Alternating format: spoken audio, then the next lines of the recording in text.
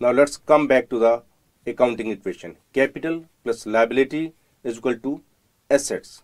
Now the question is, what is the meaning of assets in accountancy?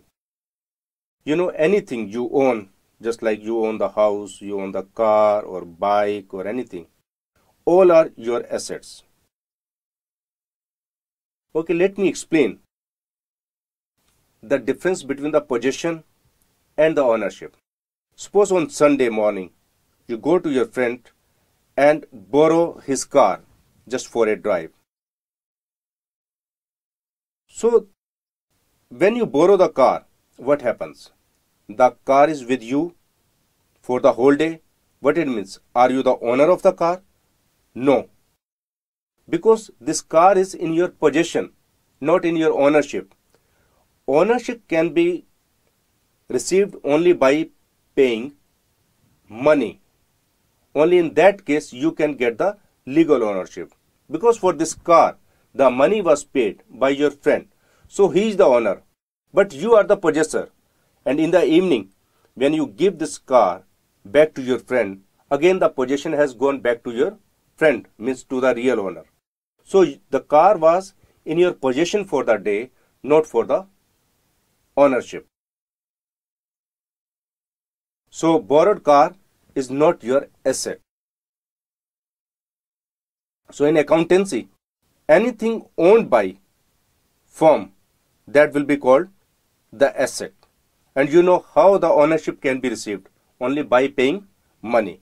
If you go to the market and pay money from your savings and you buy a bike, you will become the owner of the bike. So in the same way, whatever the things are bought by the firm, that will be called the asset of the firm. Be careful. If you steal anything from the shop, you cannot become the owner, because this is not the legal ownership. Because legal ownership can be obtained only by legal means. Stealing is not a legal thing. Okay, let me explain through one more example. Suppose you are running bookshop, and naturally you will have to buy some furniture or for racks so that you can arrange the books or keep the books in the shop, and you will have to buy some books so that you can sell them at profit in future.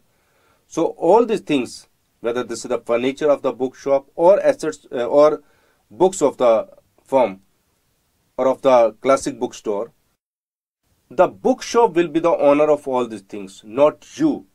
However, you are the owner of the firm, but technically under separate entity concept, these assets belong to classic bookstore, not you. And in accountancy, the asset can be explained in another point of view too. Anything to be received in future is also called an asset. For example, some customer comes to your shop, you are running some bookshop, and he buys the books for ₹100. But he doesn't have money at this moment. So he promises to pay you after 1 month. So you have sold the book to the customer. You could have received the money, but you couldn't. But you have received the promise from the customer that he will pay you after 1 month. This money to be received in future will also be asset for you. So this 100 rupees will be asset for you. This is the money to be received in future from the customer.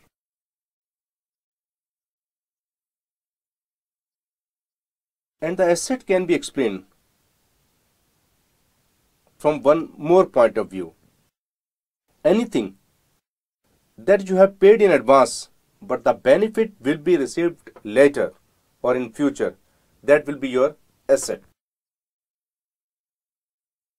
For example, today is 15th of April 2012, and you go to a owner of the van and ask him to take the books from another city to your bookshop. And he promises to do his job on 30th April 2012. But you pay the money as an advance to the van owner. So this 1000 rupees will be as an advance to the van owner. So you paid this money on 15th of April 2012, but you will get the services on 30th April 2012.